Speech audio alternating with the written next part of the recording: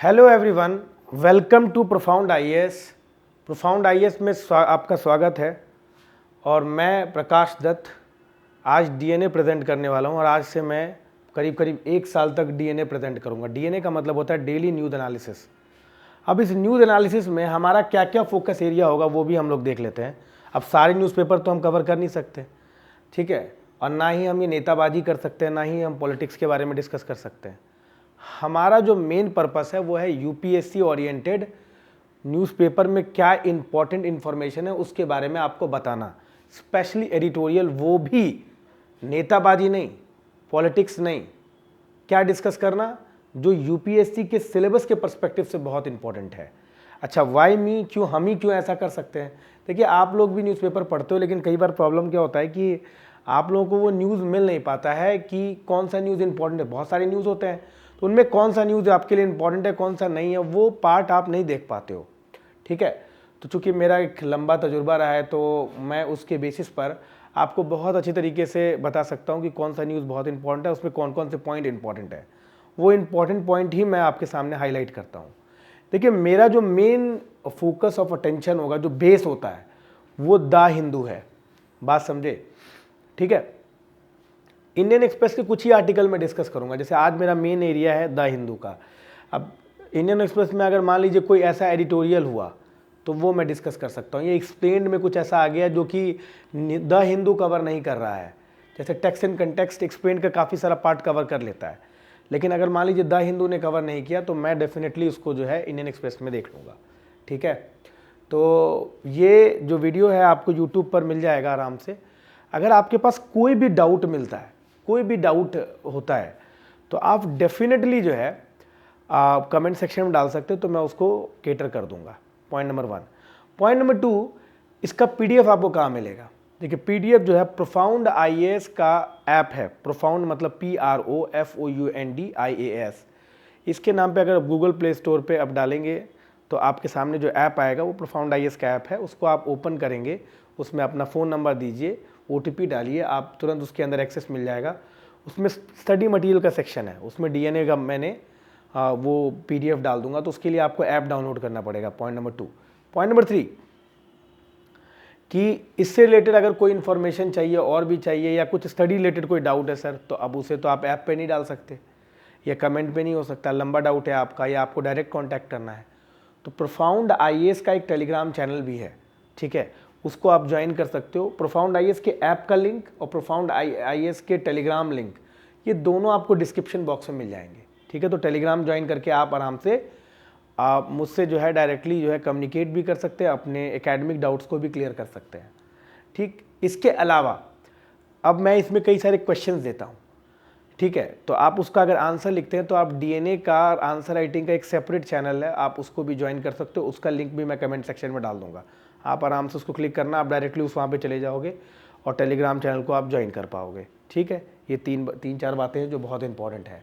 इससे आप डायरेक्टली मुझसे कनेक्ट हो सकते हो, ठीक, ये ध्यान रखिएगा, ठीक। इसके अलावा प्रोफाउंड आईएएस डीएनए के अलावा भी काफ़ी सारी चीज़ें अभी स्टार्ट किया है उसने। जैसे कि सबसे पहली बात तो comprehensive course on UPSC mains mission 500+ हमारा मेन एम है कि हम 500 से ज़्यादा नंबर लाना चाहते हैं यूपीएससी मेंस में। समझ में आ रहा है आपको? तो उसके लिए ये कोर्स बहुत बेहतरीन कोर्स है। आज से ये स्टार्ट हुआ है। इंडियन वर्ल्ड हिस्ट्री का, पोस्ट इंडिपेंडेंस, ठीक, art and culture, polity and governance, science and technology, international relations, internal security, ethics, aptitude and integrity, और कई सारे आंसर राइटिंग प्रैक्टिसेस होंगे। इन हाउस गुरुकुल डिस्कशन होगा। बहुत कुछ करना बाकी है हमें। समझ में आ रहा है आपको?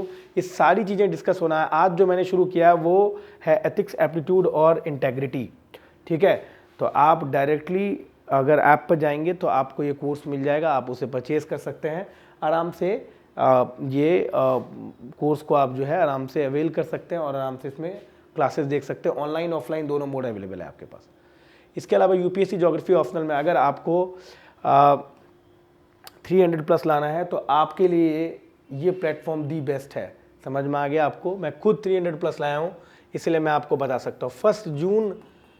1 जून से ये कोर्स स्टार्ट हुआ है, यानी आज से, ठीक है। ओशियानोग्राफी से स्टार्ट किया है हम लोगों ने। तो तो इसके अंदर बहुत कुछ होगा। Paper 1, paper 2, mapping practice, comprehensive coverage रहेगा, human geography and physical geography, सब कुछ आपको यहाँ पे अवेलेबल होगा। आप इस QR कोड को स्कैन करेंगे, डायरेक्टली इस कोर्स में आप चले आएंगे। ठीक है, ये भी आज से शुरू हुआ है। इसके अलावा फाउंडेशन कोर्स भी है, वो भी आज से शुरू हुआ है, आप उसको भी ज्वाइन कर सकते हो। ठीक है, तो ये सारी बातें तो हो गई हमारी इनिशिएटिव, जो प्रोफाउंड IAS के इनिशिएटिव्स हैं वो। ठीक, चलिए हम आज के जो जिसके लिए हम आए हैं वो डिस्कस करें। देखिए, DNA में जो हमारा आज का एजेंडा रहेगा, जो हम आज के टॉपिक डिस्कस करेंगे, वो है आपके सामने सबसे ज़्यादा इम्पॉर्टेंट, वो है आपका डेमोक्रेसी से रिलेटेड। देखिए, एक गौतम भाटिया का एक आर्टिकल आया है एडिटोरियल में कि क्या इंडिया पार्लियामेंट्री डेमोक्रेसी फॉलो कर रहा है या एग्जीक्यूटिव डेमोक्रेसी फॉलो कर रहा है। तो ये एक इम्पॉर्टेंट आर्टिकल लगा, जो कि मेरे को बहुत ज़्यादा इंपॉर्टेंट लगा एग्जाम के पर्सपेक्टिव से। दूसरा जो आर्टिकल मेरे को लगा जो इम्पॉर्टेंट है, वो है बायोडाइवर्सिटी से रिलेटेड, जो कि पेपर 3 के लिए इम्पॉर्टेंट है। और गौतम भाटिया वाला जो आर्टिकल है वो पेपर 2 के लिए इम्पॉर्टेंट है, GS के लिए। इसके अलावा कुछ आर्टिकल्स मेरे को मिले मॉनसून से रिलेटेड, एग्रीकल्चर, जो पेपर 1 के लिए इम्पॉर्टेंट होंगे।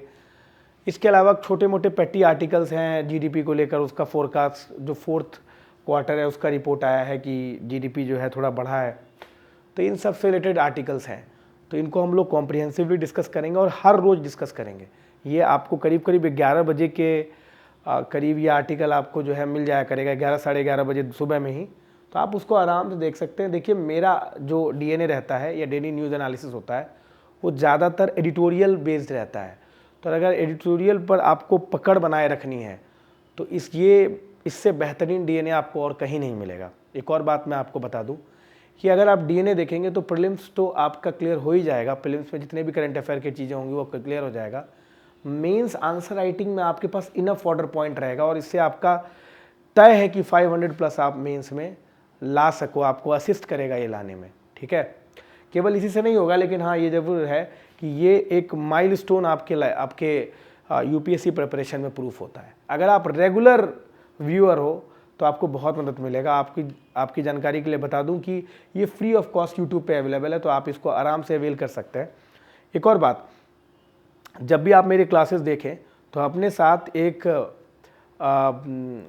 जो है एक कॉपी जरूर रखें, ताकि जो भी मैं इंपॉर्टेंट पॉइंट बताऊं उसे आप नोट डाउन कर सकें। चलिए आज के एजेंडा ऑफ डे से बिजनेस ऑफ द डे पर शिफ्ट करते हैं। ठीक है, ये चलिए आगे बढ़ते हैं।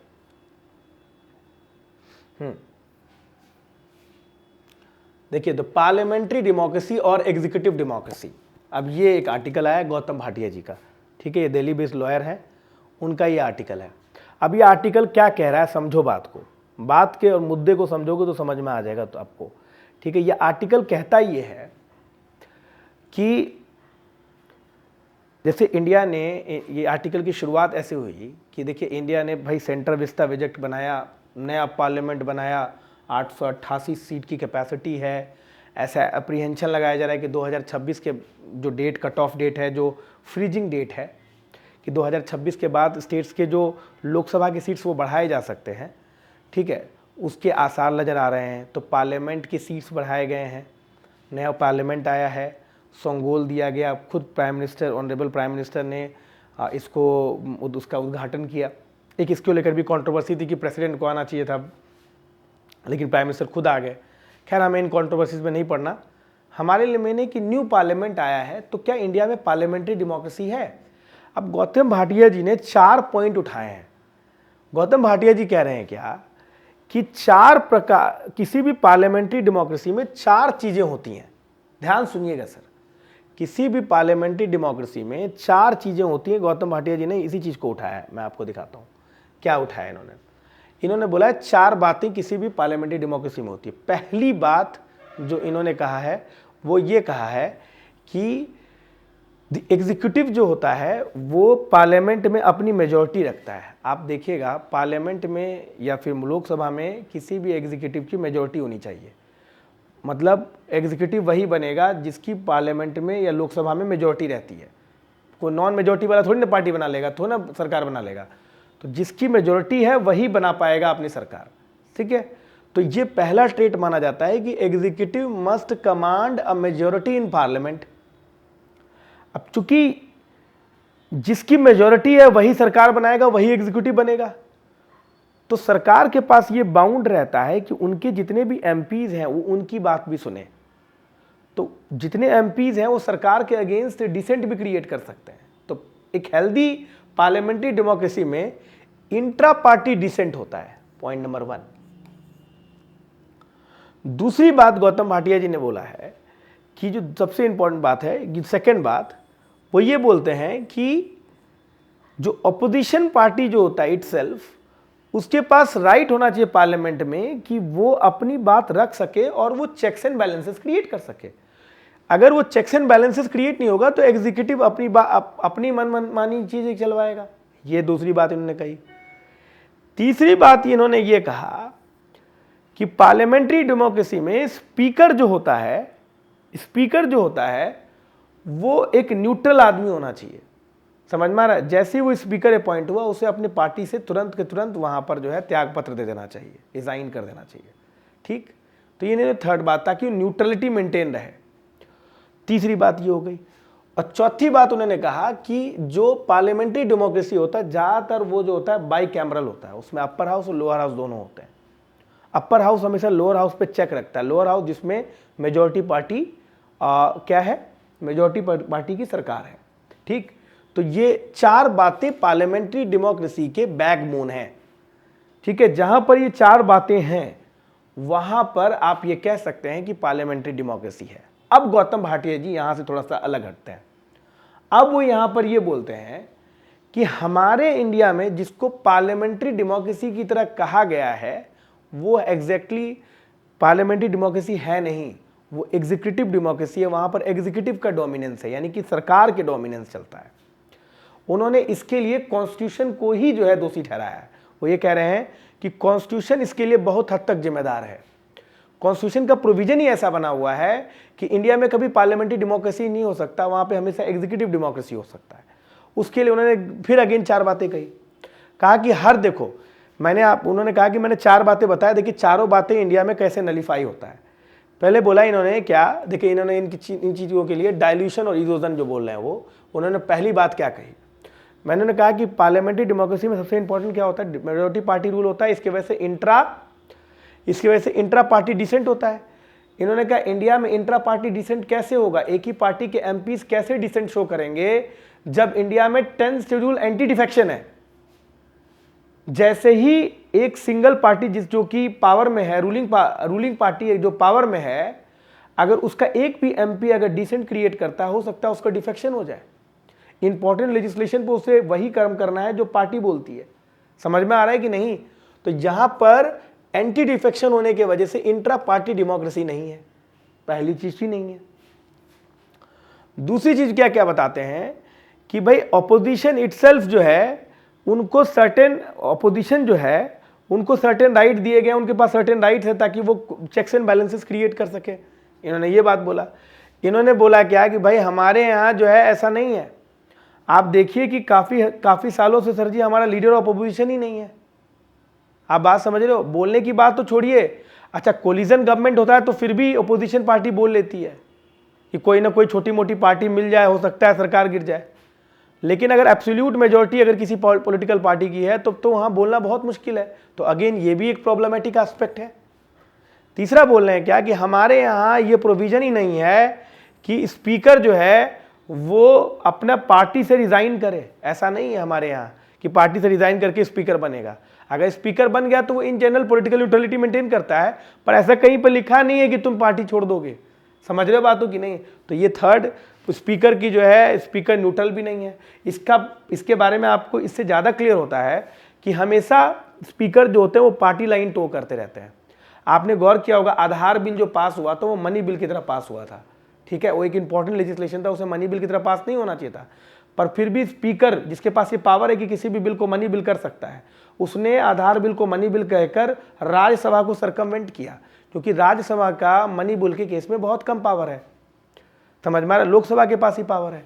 तो ये दिखता है कि कई बार जो है ये पार्टी लाइन टो करते रहते हैं आपके स्पीकर। चौथी चीज कि हमेशा हमारे यहाँ ज़्यादातर बिल जो है वो मनी बिल की तरह पास करे तो राज्यसभा ऑलरेडी बाइफरकेट हो जाता है। तो आप देखिए जो 4 मेजर वर्च्यूज हैं अब पार्लियामेंट्री डेमोक्रेसी के, उनको नलीफाई कर रहा है इंडिया का ही अपना कॉन्स्टिट्यूशनल सिस्टम। यही कारण है कि हमारे यहाँ एग्जीक्यूटिव बहुत डोमिनेंट है और पार्लियामेंट्री डेमोक्रेसी दिखता नहीं है। समझ रहे हो? गौतम भाटिया जी कह रहे हैं कि अब क्या कर सकते हैं भाई साहब हम। गौतम भाटिया कहते हैं कि अब हम क्या कर सकते हैं, तो भाईजान हम ये कर सकते हैं कि हम रिफॉर्म ला सकते हैं हमारी डेमोक्रेसी में।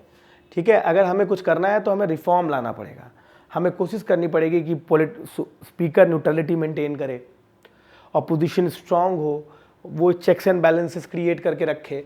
समझ में आ रहा है कि नहीं? इंट्रा पार्टी डेमोक्रेसी हो, है, इंट्रा पार्टी में डिसेंट क्रिएटेड हो, राज्यसभा कोई भी बिल किसी भी तरीके से मनी बिल नहीं हो रहा है, तो there are certain reforms required.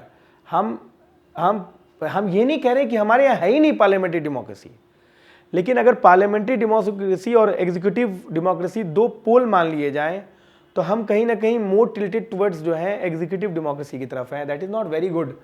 ठीक है, जहाँ पे कॉन्स्टिट्यूशनलिज्म है वहाँ पर इतना पावर एग्जीक्यूटिव के पास, वो ठीक नहीं है।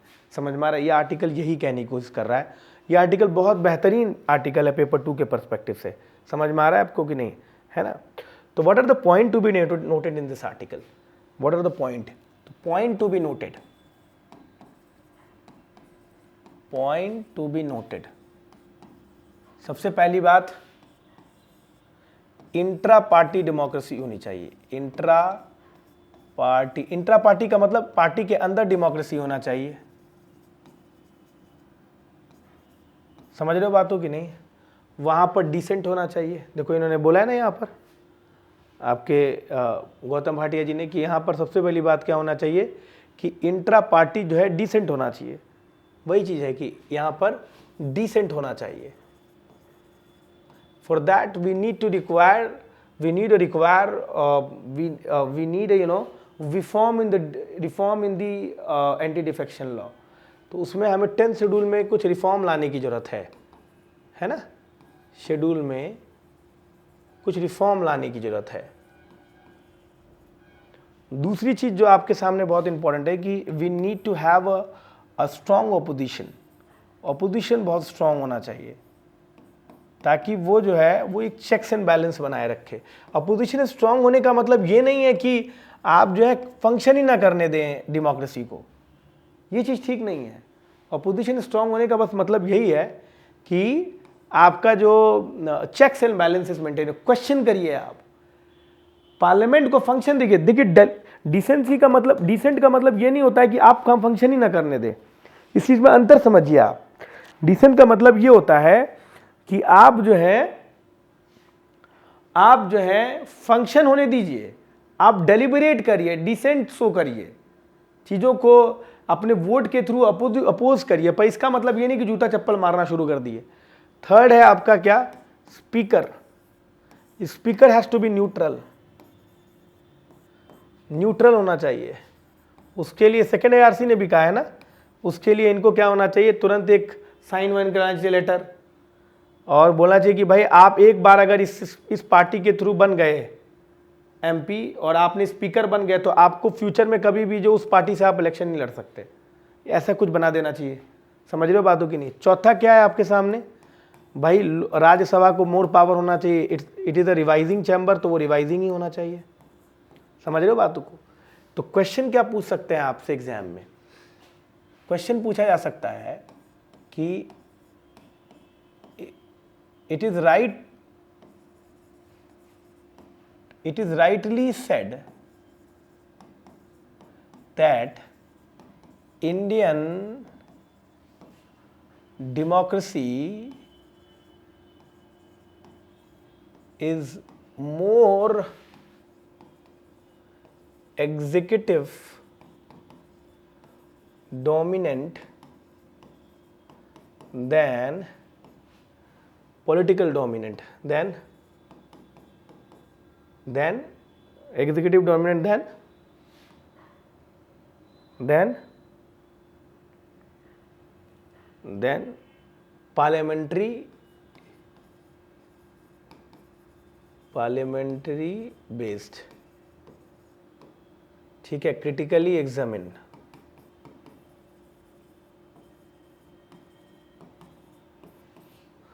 250 words, 15 मार्क्स। बात समझे कि नहीं? बात बुझ लिए? चलो, चलो आगे बढ़ते हैं।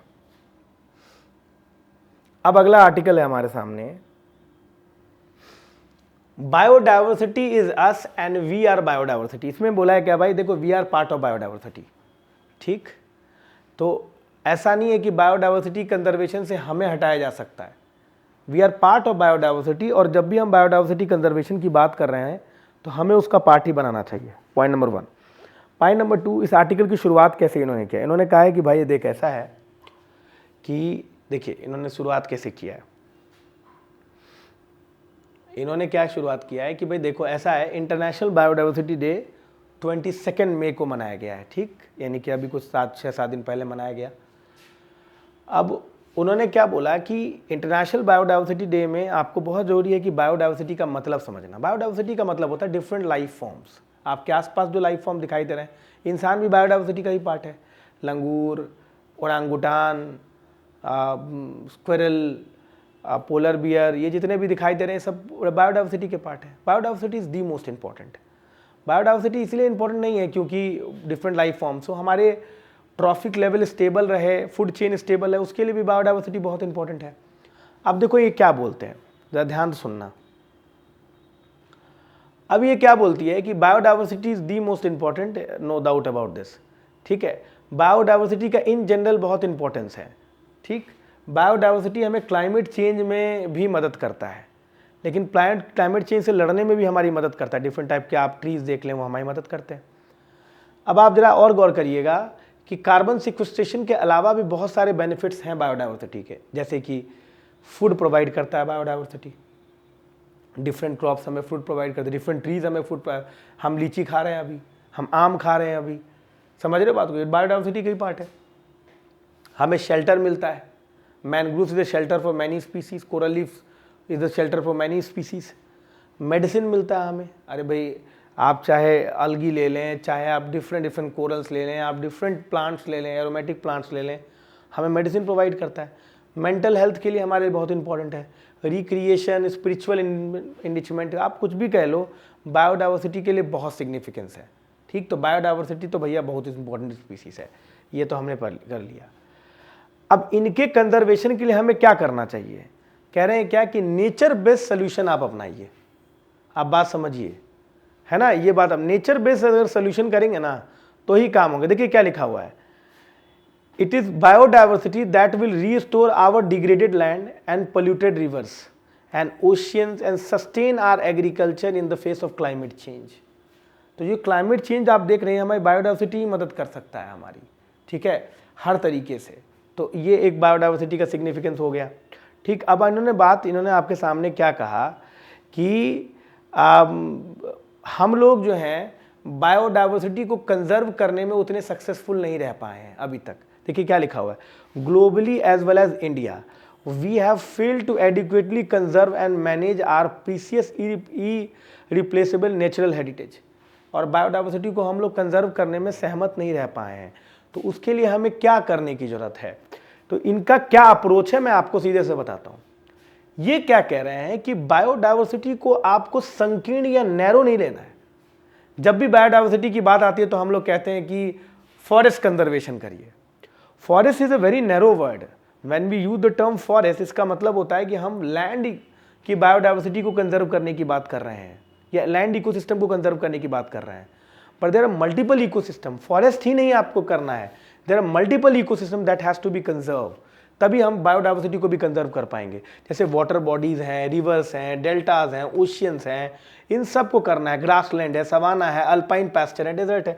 केवल फॉरेस्ट नहीं माना जाएगा कंजर्वेशन का तरीका। Forest is one of the best conservation method, I agree, पर there are many other things, grasslands, there are many deserts. समझ में आ गया? इन सब को प्रोटेक्ट करने की जरूरत है, तभी हम biodiversity and eight the same time ecosystem को कंजर्व कर पाएंगे। इसीलिए हमें बहुत हॉलिस्टिक अप्रोच अपनाने की जरूरत है। अच्छा, इन सभी कंजर्वेशन मेथड्स में किसी भी तरीके से इंसान को आपको अलग नहीं करना है। जैसे आप मान लीजिए वाइल्ड लाइफ बायोस्फीरिक रिजर्व कर रहे हैं, आप इंसान को ट्रेडिशनल एग्रीकल्चर का अधिकार दीजिए। समझ में आ रहा है? अभी फॉरेस्ट राइट एक्ट आया था, करीब 17 साल हो गए, 2006 में ही आया है। अब फॉरेस्ट राइट एक्ट के तहत बहुत सारे ऐसे ट्रेडिशनल रोडर्स हैं जिन्हें अभी तक राइट नहीं मिला है नॉन टिम्बर प्रोडक्ट्स का और उन सब का। तो ये अधिकार देना आपके लिए बहुत इंपॉर्टेंट हो जाता है। देखिए क्या लिखा हुआ है, forest and wildlife have limited meaning in the और यूजफुलनेस। इन्होंने कहा है कि multifunctional landscapes, aspirations, believe, traditional knowledge, direct partnership of the local communities, ये सब बहुत इंपॉर्टेंट हैं कंजर्वेशन ऑफ इकोसिस्टम को और बायो वाइल्ड लाइफ के लिए। 2006 में पॉलिसी मेकर ने फॉरेस्ट राइट एक्ट आया, लेकिन इनके इंडिजिनस ग्रुप्स को अभी तक वो अधिकार, ओनरशिप नहीं मिल पाया है। तो बहुत ज़रूरी है कि आप ये अधिकार दें। तो आपको समझना होगा कि we are also part of biodiversity. अगर कोई ट्रेडिशनल डवेलर वहाँ पे है तो they are part and parcel of biodiversity, you need to conserve them और their practices. If you are simply interested in conserving people और नॉट देयर प्रैक्टिसेस तो possible नहीं है। आपको उनके प्रैक्टिसेस को भी रिस्पेक्ट करना पड़ेगा। तो यही इस आर्टिकल में बताने की कोशिश की गई है। समझ में आ रहा है आपको कि नहीं? तो इन्होंने यही बोला है कि बायोडाइवर्सिटी को मेन स्ट्रीम करने की ज़रूरत है, मल्टी अप्रोच अपनाने की ज़रूरत है, तभी जाकर हम जो है एक प्रीसियस रिसोर्स को कंजर्व कर पाएंगे। तो what are the point to be noted in this article?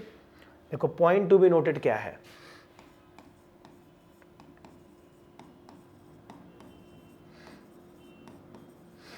What are the significance of the biodiversity? Biodiversity का क्या सिग्निफिकेंस है? बायोडाइवर्सिटी हमें क्लाइमेट चेंज में मदद कर सकता है, क्लाइमेट चेंज कॉम्बैट करने में मदद कर सकता है, कॉम्बैट क्लाइमेट चेंज। दूसरी मदद हमारी क्या कर सकता है? ये रिक्रिएशन, ये फूड प्रोवाइड करता है, शेल्टर प्रोवाइड करता है, ये आपको और क्या प्रोवाइड करता है? बताइए बताइए बताइए। ये रिक्रिएशनल एक्टिविटी प्रोवाइड करता है। तो भैया इसके मल्टीपल बेनिफिट्स हैं, इसके मल्टीपल बेनिफिट्स हैं।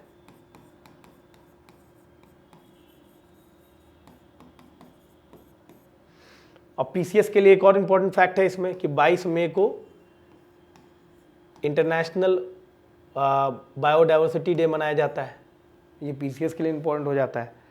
अच्छा, मल्टीपल बेनिफिट्स हैं इसके। तो इसको कैसे कंजर्व करेंगे बायोडाइवर्सिटी को? बायोडाइवर्सिटी को कंजर्व करना है तो इकोसिस्टम कंजर्व करना पड़ेगा। इकोसिस्टम कंजर्व करने के लिए हमें क्या है? हॉलिस्टिक अप्रोच अपनाने की ज़रूरत है। हॉलिस्टिक अप्रोच अपनाने की ज़रूरत है, अप्रोच अपनाने की ज़रूरत है। उसके लिए हम क्या करेंगे? तो उसके लिए हमें केवल फॉरेस्ट ही नहीं, हमें ग्रास लैंड, हमें डेजर्ट, हमको एस्चुरीज, कोस्टल एरियाज, इन सब को प्रोटेक्ट करने की ज़रूरत है। Are you getting my point? आप मेरी बात समझ रहे हो कि नहीं मैं क्या बोल रहा हूँ आपके सामने? ठीक है, तो ये सब चीज़ें आपको करने की बहुत बहुत ज़रूरत है। ठीक है, तो ये सारी बातें हमने करी। इसके लिए हमें क्या है? मल्टी डायमेंशनल अप्रोच अपनाने की ज़रूरत है। Multi dimensional approach. अच्छा, इन सभी अप्रोच में हमें वहाँ के ट्रेडिशनल डवेलर्स जो पीपल हैं, ट्रेडिशनल कम्युनिटीज़ जो हैं जो फॉरेस्ट में रह रहे हैं, या कम्युनिटीज़ जो हैं जो फॉरेस्ट में रह रहे हैं या ग्रासलैंड में रह रहे हैं, उनके जो ट्रेडिशनल राइट्स हैं उन्हें भी रिस्पेक्ट करना पड़ेगा। That has to be respected. ठीक है, तो this is the editorial right, ये ध्यान रखिएगा। ठीक, तो एक क्वेश्चन आपसे यूपीएससी पूछ सकता है, कंजर्विंग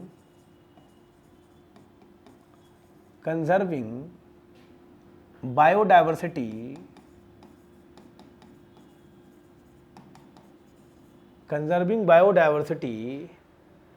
ठीक है, is a multifarious and multi-dimensional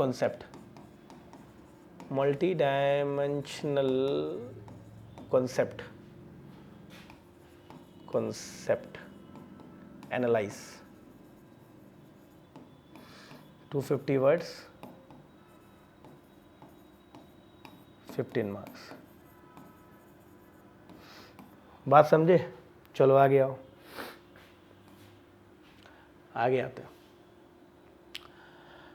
uncertain शार्स, अब इसमें कुछ बहुत ज़्यादा चीज़ है नहीं, इन्होंने बस इतना बताया है कि देखिए इस बार एल नीनो ईयर चल रहा है, ठीक है।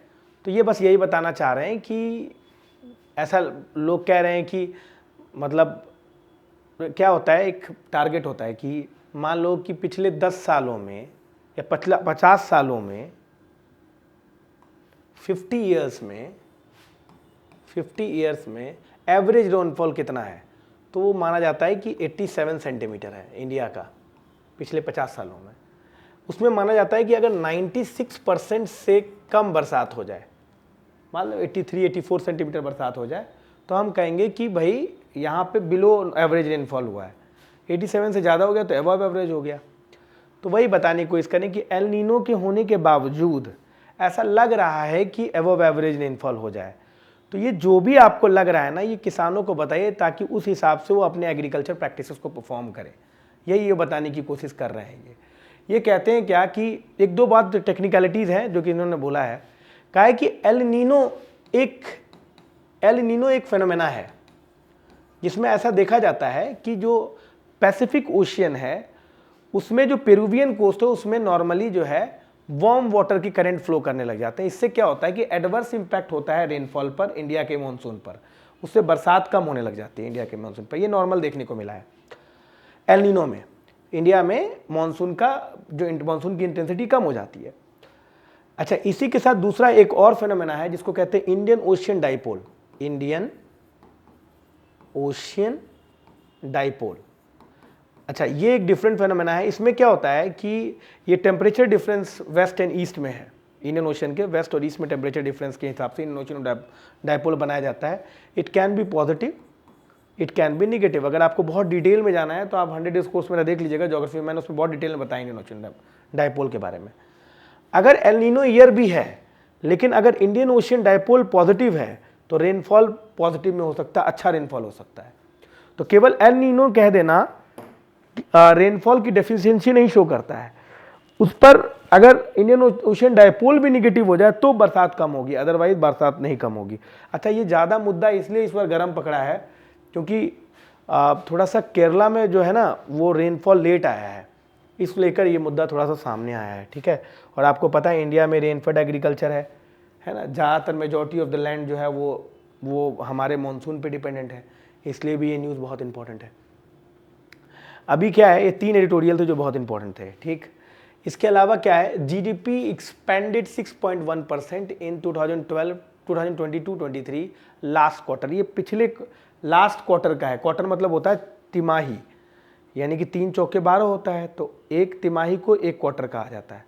लास्ट क्वार्टर का 1-2 महीने बाद ही रिपोर्ट आएगा ना कि भी कितना एक्सपेंड, कैलकुलेट करने में समय लगता है। तो ये समझिए कि 2022-23 में यह पाया गया कि 6.1% जीडीपी ग्रोथ देखने को मिला है। 6.1% अगर हम जीडीपी ग्रोथ कर देते हैं तो 7.2% हो जाएगा ओवरऑल। 7% बताया गया था, 7.2 हो जाएगा पिछले साल का, तो हल्का सा बढ़ा है पिछले क्वार्टर में, ये अच्छी बात है। ज़्यादातर सेक्टर्स, चाहे एग्रीकल्चर हो चाहे वो मैन्युफैक्चरिंग हो, उन सब में पॉजिटिव ग्रोथ देखने को मिला है, ठीक है, ये बात ध्यान रखिए। पिछले साल ज़्यादा ग्रोथ था 2021-22 में, वो बेस इफेक्ट की वजह से 2022-23 जो है वो रियल ग्रोथ दिखा रहा है, ये ध्यान रखिएगा, ठीक है। जीडीपी कैलकुलेशन के बारे में अगर आपको जानना हो तो वो भी मैंने 100 डेज़ कोर्स में बहुत डिटेल में बताया कि कैसे जीडीपी कैलकुलेट करते हैं। जीडीपी कैलकुलेशन में जैसे इनकम मेथड होता है, एक्सपेंडिचर मेथड होता है, प्रोडक्शन मेथड होता है, बहुत ईजी लैंग्वेज में मैंने बहुत डिटेल में समझाया है, उसको आप जाके देख सकते हैं। Okay, central government promises to provide air connectivity for Manipur hill areas.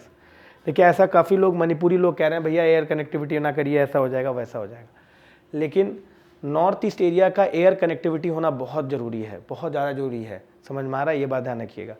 खास करके अभी मणिपुर म्यांमार बॉर्डर पे और ये कांगपोकपी रीजन में, इन सब पर जो है एयर कनेक्टिविटी अगर हो जाता है तो that air connectivity will definitely going to improve the north eastern infrastructure, at the same time the economic conditions also, ठीक है। तो ये एक इम्पॉर्टेंट करंट अफेयर था, यहाँ मतलब आपके न्यूज़ में था कि ये मतलब मणिपुर में हिल एरिया में जो है, हिल एरिया में स्पेशली जो है वो एयर कनेक्टिविटी बढ़ाने की बात की हो जा रही है। इसके अलावा case against WFI chief under consideration और report to be submitted in 15 days. Actually क्या है, ये आपको पता होगा कि जो वो ये आपका रेसलिंग फेडरेशन ऑफ इंडिया के जो चीफ हैं वो बीजेपी के एमपी भी हैं, ब्रिजभूषण शरण सिंह। अब इनमें क्या हुआ है कि एक फीमेल रेसलर ने इन पर एक्यूज़ किया है कि उन्होंने जो है सेक्सुअली अब्यूज़ किया उनको। तो इसको लेकर काफ़ी प्रोटेस्ट भी रहा है, अभी कुछ दिनों से चल रहा है प्रोटेस्ट, आपको दिल्ली में देखने को मिला होगा, ठीक है। तो वही अभी जो है WFI चीफ पर जो है उस पर एक कमेटी बिठाई गई थी कि भैया क्या किया गया कि नहीं, उसका जो रिपोर्ट है अभी जल्दी ही आने वाला है, ठीक है। देखिए एक बात है, ये एथिक्स का टॉपिक है, एथिक्स पेपर में ये आ सकता है आराम से कि भैया देखिए आप किसी फेडरेशन के चीफ हैं, आप एक लेजिस्लेटर भी हैं और आप सेक्सुअली मतलब कि अब्यूज़ या सेक्सुअल हैरेसमेंट केस में फंसे हुए हैं, समझ में आ रहा है आपको कि नहीं। तो that MP has to come clean, otherwise जो है वो ट्रस्ट डेफिसिट आ जाएगा, समझ में आ रहा है कि नहीं, और ठीक नहीं है पार्लियामेंट्री डेमोक्रेसी के लिए, ठीक। और ये eight the same time sports persons के लिए भी ठीक नहीं है, डिस्करेज करता है ये मैटर, है ना। अच्छा, Bengal decides to implement NEP from this academic year. अभी इसमें क्या है, नेशनल एजुकेशन पॉलिसी आपको पता है कि न्यू एजुकेशन पॉलिसी 2020 आया हुआ था, तो उसके तहत जो मॉडल है आपका 3+6+6 ऐसे करके मॉडल चलता है। 3 साल से ही पढ़ाने की बात हो रही थी प्री एजुकेशन लेवल पे। तो अभी वेस्ट बंगाल ने ज्वाइन नहीं किया था, most of the states join, तो इन्होंने कहा कि भाई हमारे स्टूडेंट सफ़र करेंगे, हैं, तो जब ज्वाइन करना ही है तो लेट से क्यों, अभी ज्वाइन कर लो, भले लेट किए हैं लेकिन ज्वाइन तो करो, ठीक है। It is better to be late than never. तो वही वेस्ट बंगाल ने इसको ज्वाइन किया है, समझ में आ गया आपको कि नहीं। इसके अलावा अगर हम लोग बात करें तो नेपाल के प्राइम मिनिस्टर जो हैं उन्होंने नरेंद्र मोदी जी का नरेंद्र मोदी जी का नेपाली प्राइम मिनिस्टर के साथ जो है मीटिंग हुआ है, और बेसिकली जो है चीफ जो एडवाइज़र हैं, नेशनल सिक्योरिटी एडवाइज़र हैं अजीत डोवल जी, उनके साथ भी इनकी मीटिंग हुई है। एक्चुअली इसमें कई सारे एनर्जी पैक्ट वगैरह साइन हुए हैं। अभी नेपाल जो है वो बहुत ज़्यादा इकोनॉमिक क्रंच से घिरा हुआ है। कब से घिरा हुआ है ये इकोनॉमिक क्रंच से, ये आफ्टर दी लॉकडाउन से ही, ठीक है। एक तो पहले करेंसी एक्सचेंज नहीं हुआ, फिर लॉकडाउन के बाद इकोनॉमी एकदम ठप पड़ गया, फिर उसके बाद निकलना, अब इंडिया तो निकल रहा है धीमे धीमे। नेपाल छोटी कंट्री है जिस बिना इंडियन असिस्टेंस के नहीं निकल सकता है। तो नेपाल एक हिमालयन कंट्री है, अगर वहाँ पर हाइड्रो पावर प्रोजेक्ट काम करता है तो India can purchase that, India can help in that. तो इसके लिए दोनों कंट्रीज़ ने मीटिंग किया आपस में, समझ में आ रहा है। तो देख लो, Nepal had suffered economically during the global epidemic like many other countries, but there has been gradual improvement in the economic condition of the Nepal since my government has taken the change। तो वो तो बोलेगा ही, लेकिन बहुत problem में दिक्कत है। वहाँ के जो प्राइम मिनिस्टर है वो है कमाल दहल प्रचंड, ये बेसिकली मॉइस्ट मूवमेंट के रिजल्ट हैं, ये ध्यान रखिएगा। तो Nepal is in transition from monarchy to parliamentary democracy, ठीक।